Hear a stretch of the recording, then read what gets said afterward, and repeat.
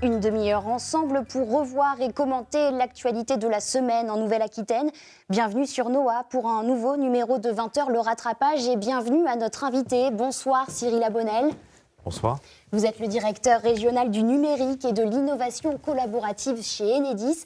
Vous êtes également producteur d'huile de noix en Corrèze. Vous avez plusieurs casquettes, donc merci d'avoir accepté notre invitation. On commence, si vous le voulez bien, avec cette image qui était au cœur de l'actualité cette semaine, la tempête Amélie qui s'est abattue sur notre région le week-end dernier. Un week-end chargé pour Enedis puisque 120 000 foyers ont été privés d'électricité. En effet, on avait bien sûr suivi la météo, donc nos équipes étaient prémobilisées et on a pu réagir évidemment au plus près en conditions de sécurité pour nos agents. La météo est restée difficile avec des arbres sur les routes, de la pluie qui s'est poursuivie, mais bon, globalement, la situation était quand même redevenue normale, on va dire, pour les clients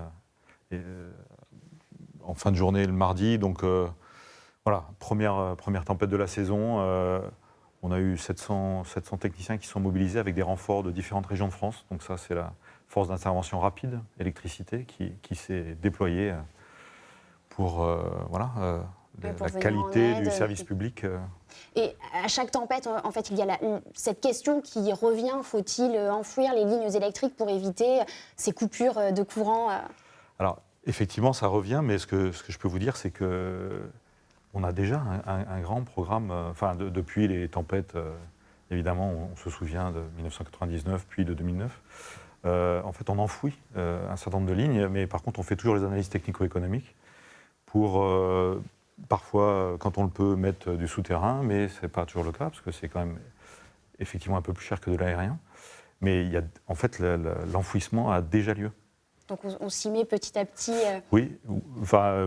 Après, je sais qu'il y a des comparaisons qui sont faites entre pays, mais la France n'a pas à rougir du taux d'enfouissement, et en particulier en Nouvelle-Aquitaine et en Gironde, suite aux tempêtes qu'on avait subies, on a déjà enfoui beaucoup de lignes.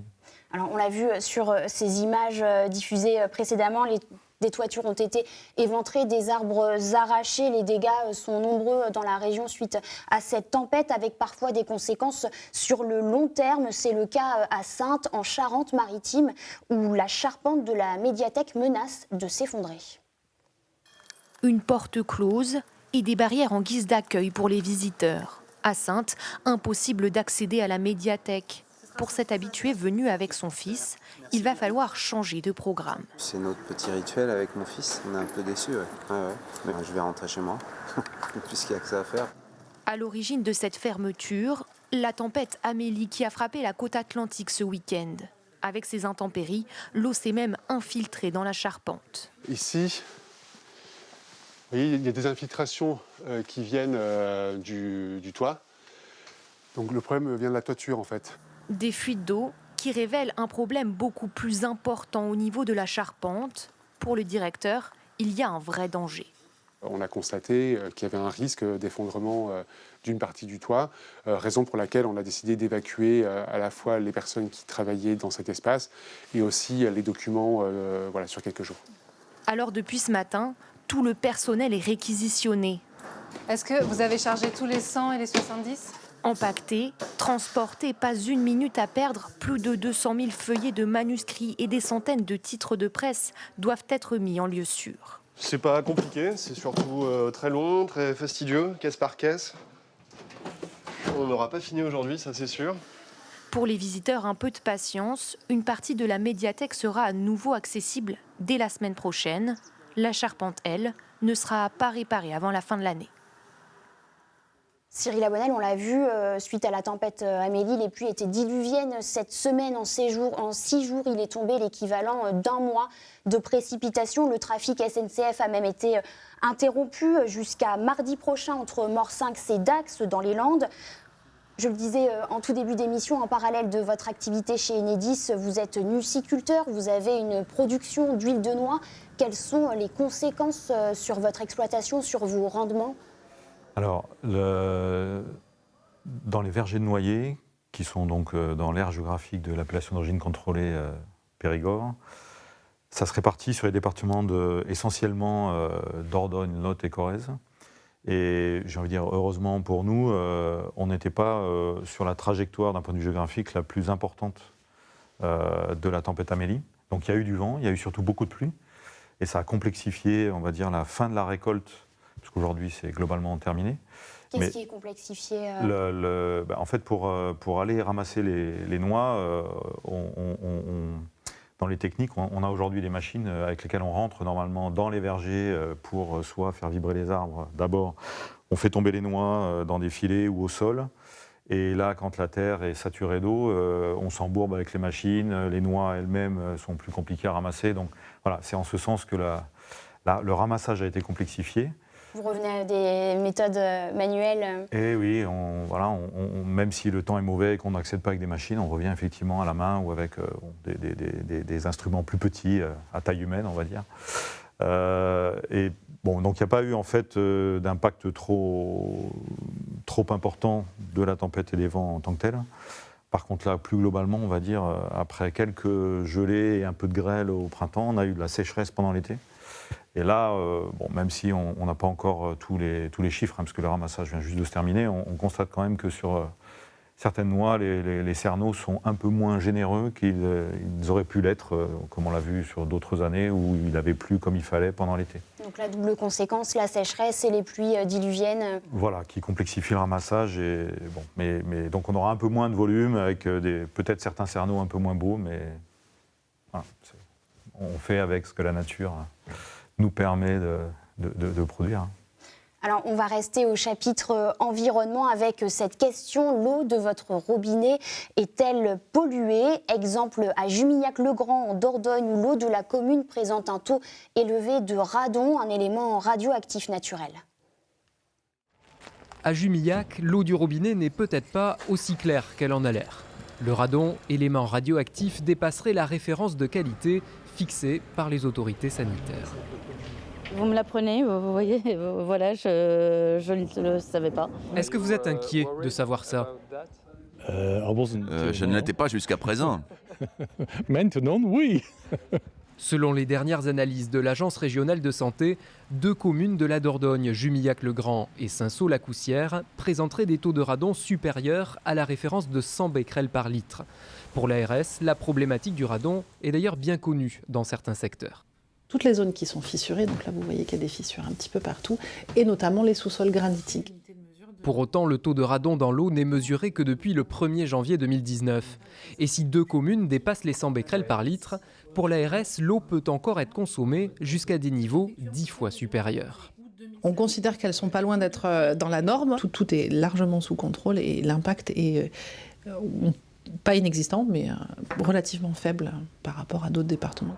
Mais pour la CRIRAD, une association spécialiste de la radioactivité, ces taux sont encore trop hauts, tout comme d'ailleurs la référence fixée par les autorités sanitaires. Mais faire baisser les taux de radon dans l'eau n'est pas impossible. À Firbé, par exemple, cette station permet de passer de 400 becquerels par litre à la source à 70 à la sortie.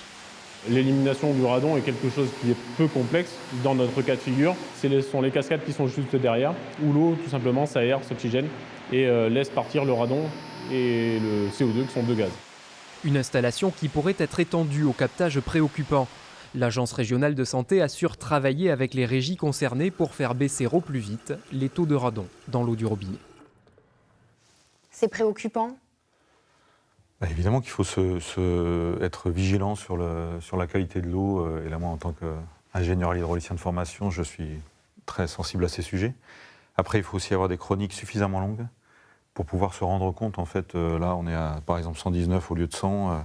Voilà, il faut un peu de durée de chronique suffisamment étoffée pour se faire un véritable avis.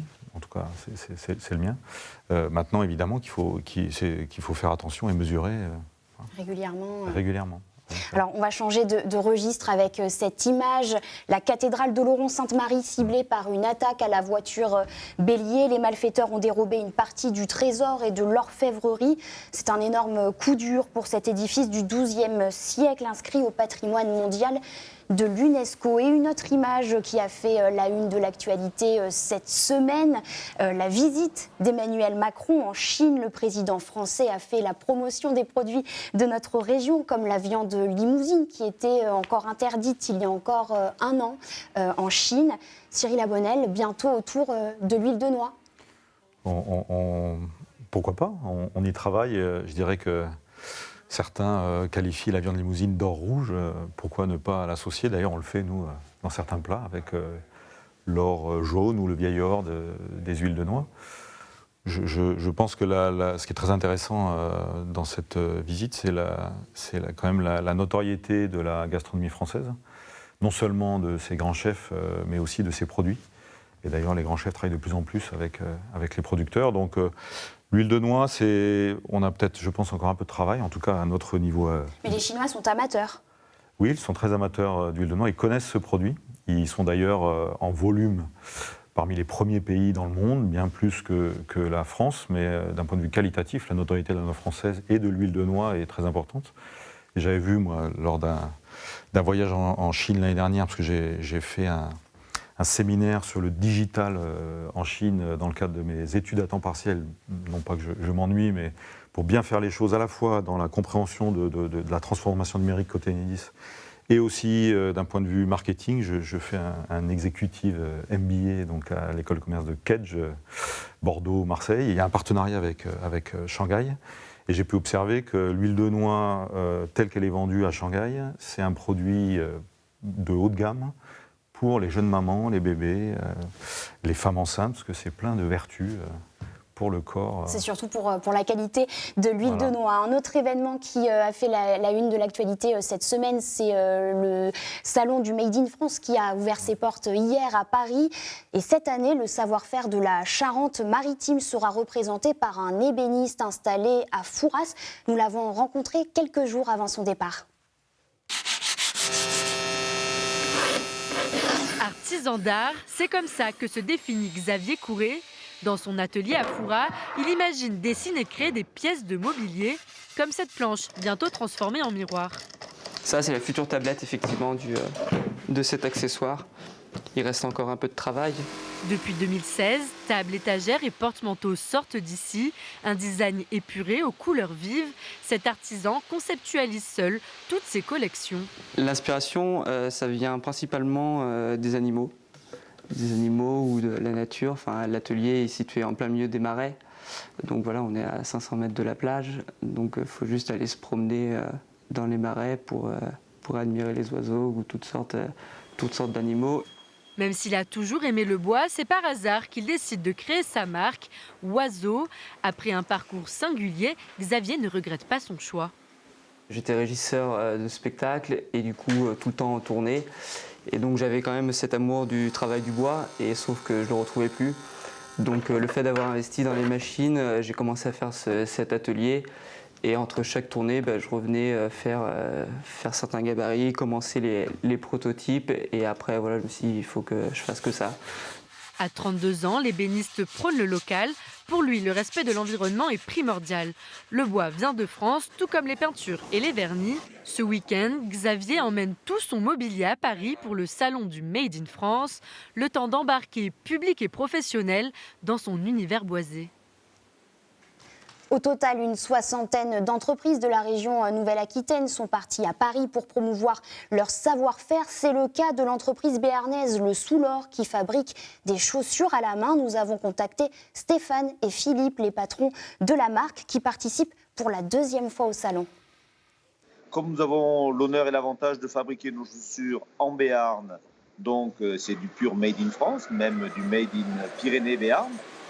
Et donc, il nous est paru naturel de venir rencontrer nos clients à Paris, c'est-à-dire lors de ce salon. L'année dernière, nous avions rencontré des contacts qui sont devenus des clients, que ce soit le Palace du Crayon, par exemple, qui était venu nous voir l'année dernière ici, ou que ce soit des Japonais qui viennent visiter notre atelier au début. La cordonnerie à la ville à la montagne. La cordonnerie à la ville à la montagne sur Paris, qui sont des Béarnais d'origine d'ailleurs. Donc des gens qui sont venus nous voir l'occasion de ce salon l'année dernière et qui se sont des business qui se sont concrétisés en termes de vente, tout simplement. Je crois qu'aujourd'hui, on se rend compte qu'avec les moyens modernes de communication, Internet notamment, 23% des connexions se font depuis l'Île-de-France, depuis le début de notre reprise, de notre belle aventure. Donc il est évident qu'à un moment donné, il faut aller, comme on dit en rugby, au contact de ces gens-là. Stéphane et Philippe étaient sur place, nous les avons contactés par Skype. Nous sommes toujours sur le plateau de 20h, le rattrapage en compagnie de Cyril Abonnel, directeur régional du numérique et de l'innovation collaborative chez Enedis, mais également nuciculteur. Vous produisez de l'huile de noix à Lignérac en Corrèze, un département qui vient tout juste de lancer sa propre marque, le label Origine Corrèze, dont vous faites partie. En effet, on nous a proposé de candidater à cette marque Origine Corrèze pour représenter une partie des pépites dans l'agroalimentaire, en l'occurrence avec nos noix et nos huiles de noix. Mais peut-être l'originalité de cette marque Origine Corrèze, c'est que c'est tout métier. Donc il y a des accordéons de Mogin, il y a l'accorderie de Palu, il y a aussi, soit des entreprises qui sont des institutions en Corrèze, comme aussi la distillerie de noix à Brive, mais aussi des créateurs dont les produits sont vraiment très intéressants. Qu'est-ce que ça vous apporte ? Alors l'Origine Corrèze, ça apporte, je pense, un supplément de confiance, je pense, au consommateur qui est de plus en plus en recherche de l'origine géographique, mais aussi savoir-faire. J'y viendrai, parce que pour nous, l'origine corrèze est complémentaire de l'appellation d'origine contrôlée ou protégée sur à la fois les noix du Périgord et donc l'huile de noix du Périgord qu'on a obtenue l'année dernière. Pour la première fois cette année, on aura des huiles en AOC. Donc c'est une source de confiance. C'est aussi une opportunité de mieux se connaître entre acteurs économiques locaux, puisque là, ça se lance tout juste, mais on a quelques idées déjà pour pourquoi pas travailler avec des créateurs d'art. On a vu ce jeune homme talentueux, là, Oiseau, en Charente-Maritime, mais il y a aussi des gens qui travaillent le bois de manière magnifique en Corrèze. Donc, plus de transparence et de confiance pour les consommateurs. Un renforcement du réseau. Donc là, la Corrèze a 10 entreprises au salon de Made in France. Mais on va poursuivre l'aventure et dans le domaine de l'agroalimentaire, très probablement, on en reparlera au Salon d'agriculture début de l'année prochaine. Alors, on quitte la Corrèze, direction Los Angeles, où le Made in France s'impose au pays du cinéma. Le groupe Rochelet CGR s'apprête à ouvrir sa première salle immersive à l'étranger. Welcome Jocelyn and the CGR Team dans l'enceinte des Lakers. Voilà un directeur général heureux. Sa salle premium, ICE comme Immersive Cinema Experience, est en passe de conquérir le monde. À la fin du mois, son innovation va voir le jour à Los Angeles. Une salle ICE CGR de 190 places au Staples Center avec Disney au premier rang pour préparer l'avenir. Le producteur de Tom Cruise est venu voir, a dit Banco, je fais Mission Impossible en ICE immersive. Et grâce à lui, il m'a donné des coordonnées d'un gros cinéma à Los Angeles, là où nous nous implantons, LA Live, pour ne pas le nommer. Et partant de là, on s'est dit, c'est vraiment là qu'il faut aller pour que les derniers qui sont à convaincre, les distributeurs, les majors, il faut qu'ils voient la salle, parce qu'à chaque fois, ils nous disent, oui, c'est super, ça marche bien, mais oh, c'est quoi, des écrans sur les côtés. Il faut vraiment la voir, et dès que quelqu'un voit la salle, les gens sont conquis. Vous vous souviendrez de ces instants toute votre vie. D'autres vont s'ouvrir un peu partout sur la planète, comme au Qatar en fin d'année. Des exploitants de salles séduits par le concept Rochelet, comme les petits chanceux qui ont pu vivre l'expérience ce matin. On dirait qu'on vole et voilà. C'est mieux ? C'est bien parce qu'on a les effets sonores à côté, on se croit vraiment dans le film. On a un moment donné où on n'est plus dans la réalité clairement et ça fait du bien, ça fait une vraie coupure en fait. On est vraiment en immersion, la salle porte bien son nom. Et l'idée a été mise en place il y a 3 ans pour inciter les gens à sortir de chez eux en offrant une autre dimension aux salles obscures. Autre actualité de la semaine en Nouvelle-Aquitaine, le lancement du dispositif Territoire Zéro Chômeur de longue durée. C'est une initiative qui est testée depuis 2 ans à Mauléon, dans les Deux-Sèvres, également dans d'autres villes de France. Et à Poitiers, 3 maisons de quartier aimeraient bien, elles aussi, rejoindre l'aventure. Roche, village de 375 habitants, a encore ses artisans.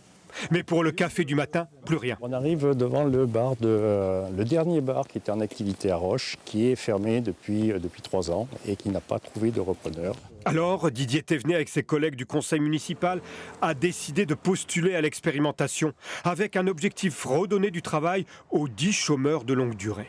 Ce ne sont pas des familles vraiment issues de Roche, mais ils sont venus sur Roche parce que les loyers sont bon marché, les maisons sont bon marché et le travail n'est pas là, malheureusement. Au total, 14 communes autour de Guéret se sont jetées à l'eau en juillet dernier.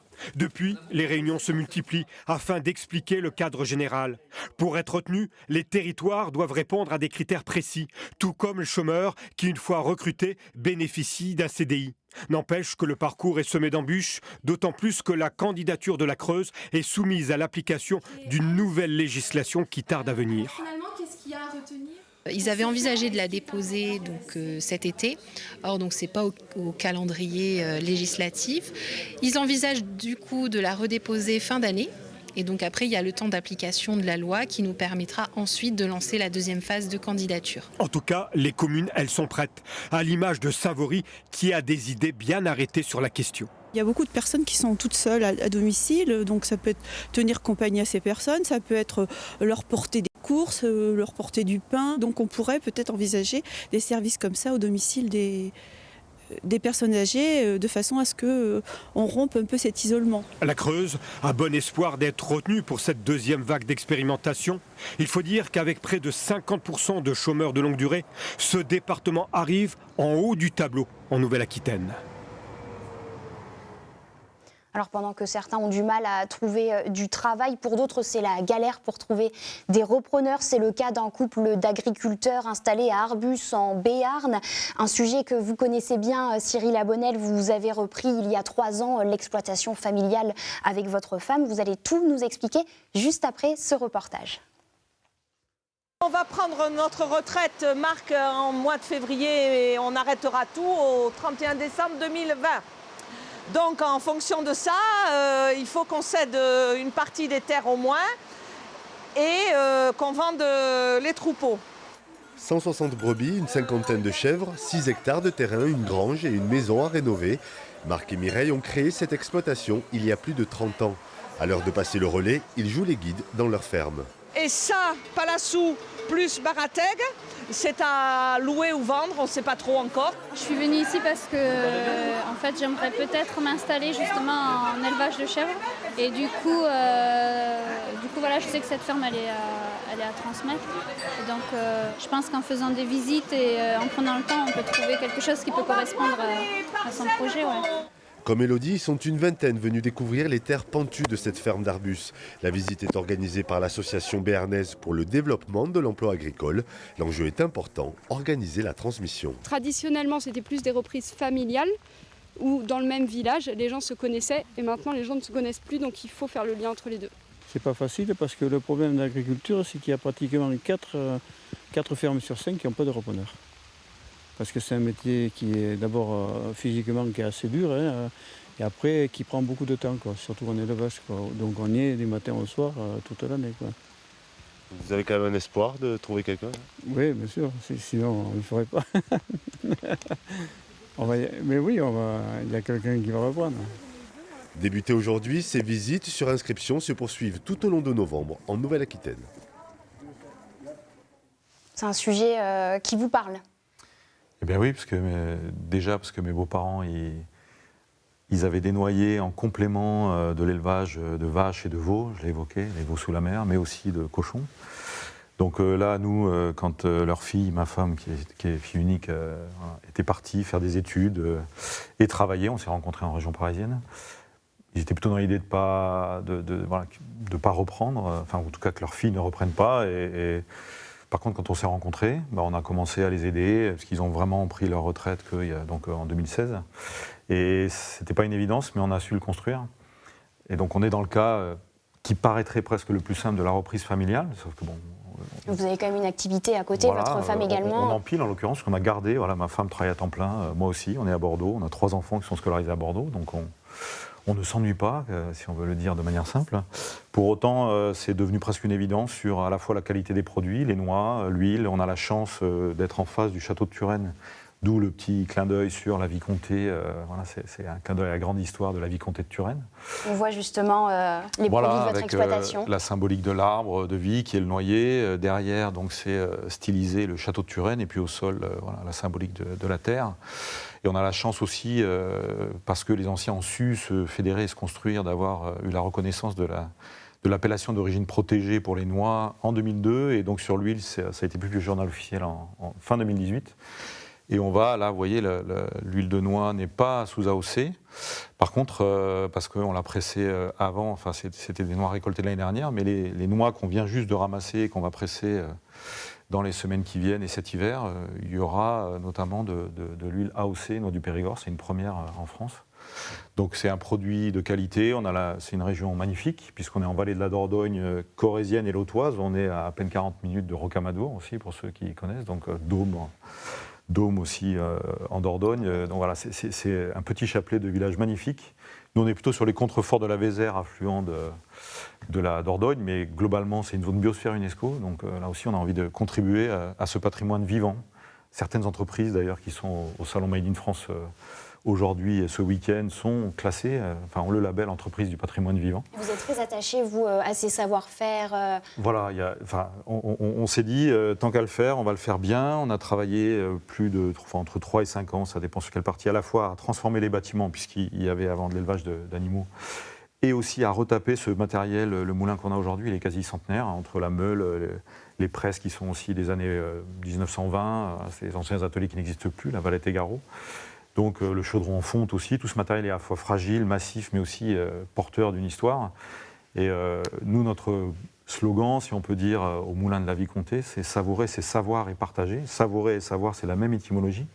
On l'a vu, il y a des enjeux évidemment avec l'eau de qualité pour savoir déjà que ce qu'on va boire ou consommer, ça ne nous rend pas malade ou au pire ne nous tue pas. Mais une fois qu'on est sûr de ça, on peut aller encore plus loin et symboliquement, comme le disait Claude Lévi-Strauss, là, pour qu'un aliment soit bon à manger, il faut qu'il soit bon à penser. Donc on a à la fois le côté nutritionnel, on l'a vu avec toutes les qualités de la noix, les oméga 3, la tradition gastronomique sur la pressée à chaud et la symbolique du partage, puisque l'huile est un condiment qu'on met sur différents plats, salés, sucrés. Voilà. Donc c'est aussi tout un monde de rencontres qu'on a pu avoir grâce à ces produits, à ces beaux produits de Nouvelle-Aquitaine et d'origine corrèze.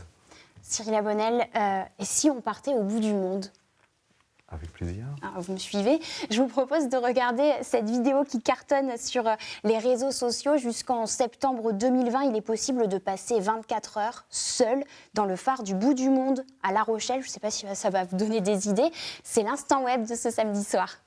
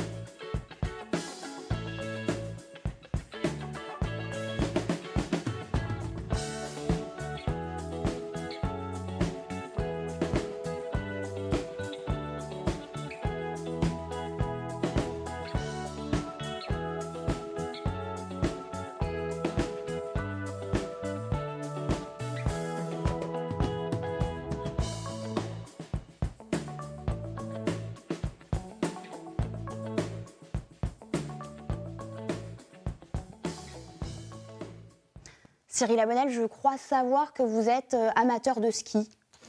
Et oui, parce que je suis né à Grenoble, l'autre pays de la noix. Hein. Et donc j'ai grandi en partie avec des skis au pied, puisque j'avais la chance de pouvoir y aller le mercredi, comme certains ici vont profiter de l'océan, que ce soit au phare du bout du monde ou sur le bassin d'Arcachon. Donc oui, je sais skier et j'aime. C'est aussi une autre forme de bout du monde, la montagne. Alors, si jamais vous arrivez à vous dégager un peu de temps, bonne nouvelle, la neige est tombée en abondance dans les Pyrénées, comme on le voit sur ces images tournées en Béarn, à la Pierre Saint-Martin.